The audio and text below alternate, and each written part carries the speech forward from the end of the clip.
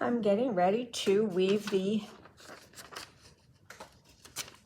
alpacas or llamas. I understand from what I've read that there are a lot of white alpacas, maybe not as many white llamas, but there are some. I'm going to use white because I think it'll show up nicely on the background that I have. I already started. I did the one border and I did the black toes, is what I was told, that they have little black toes. And now I'm going to start doing the legs. I'm going to do a few of these. You should already have your loom all set up, threaded, ready to go. And if you have done a little bit of weaving with summer-winter pattern, you'll understand what's going on. If not, maybe this will give you a little insight on how to weave any of my summer-winter patterns, the pumpkins, the alpacas, the jack-o'-lanterns. I think I have candles, and soon I will have some skulls as well. So what I am going to be doing, the first tie-up, I'm looking at my cartoon that I have here, and I'm working now from the bottom up. Now I'd made a mistake on mine, so I fixed it. So I'm going to start at the bottom. I'm going to start with, move that out of the way so we don't have a shadow. I'm going to press treadle 1 because it's lifting all the threads that I want it to lift, and I usually tuck the little tail in at the end there at the very beginning, and then I do a beat. In this case, when you're doing summer winter, your tabby 1 and 2 is one tabby, and 3, 4, 5, 6, 7, 8 is the other one. For me, what I like to do is when I throw the shuttle left to right, I have the center 2 treadles tied up, and I'm going to throw my tabby thread across, and then I'm going to go and press treadle 1 again. Do that, that's the pattern.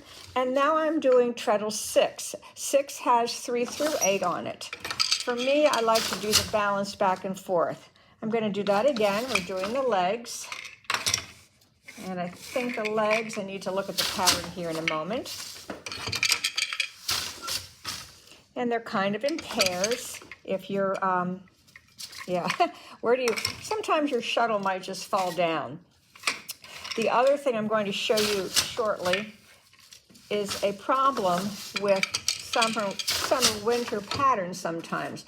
So with this one, I'm doing 1, 2, 3, 4, 5, 6, 7, 8. 8 for the leg. Now, one of the problems that happens with summer-winter is sometimes when you're pressing, I'm going to move over to the shafts here. When you press this here, look, notice this is floating up a little bit. Well, when you do the other 2 for the tabby, there's not a problem. But sometimes this happens, and when it happens, then your shuttle gets caught on the threads that are on shaft 1. I'm going to show you in a minute what I do to try to compensate for that. There's a couple different things you can do. But let's pause for a moment, and we're going to take a look under the loom. This is one angle, and what I've done is I have it's a stretch cord that's attached to the one of the holes in the lamb of my baby wolf. And what I've done with it, I've stretched it up, and it is attached to one of the shafts, basically number 1. And there you can see where it's attached to the first shaft. There's a little bolt there with a nut on it, and I just looped it over the top of that one. Now, every once in a while, I might need to replace it because I do stretch it a lot. It provides enough weight for me. Sometimes people actually attach weights. Now, you might wonder, does it really matter if I press the 1 and 2 treadle that I have tied up or 3 through 8? Will it make a difference? Yes, it will make a difference. You're not going to get that little, I call it like the 2 that are really close together. And I'll show you what I mean by that right now. I'm ready to start the bottom part of the llama, the first part, and it's telling me that I now am going to press treadle 3 because I have it tied up to the treadles. And now part of, we have the section going on here. I'm going to throw the shuttle across. And then I do the tabby. And this is 1 and 2 tabby. And now I'm going to go the other direction. And the tabby.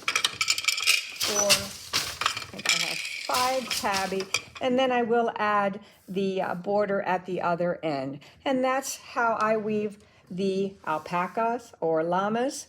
And someone said, I guess they could be camels. You can't tell if they're walking toward you.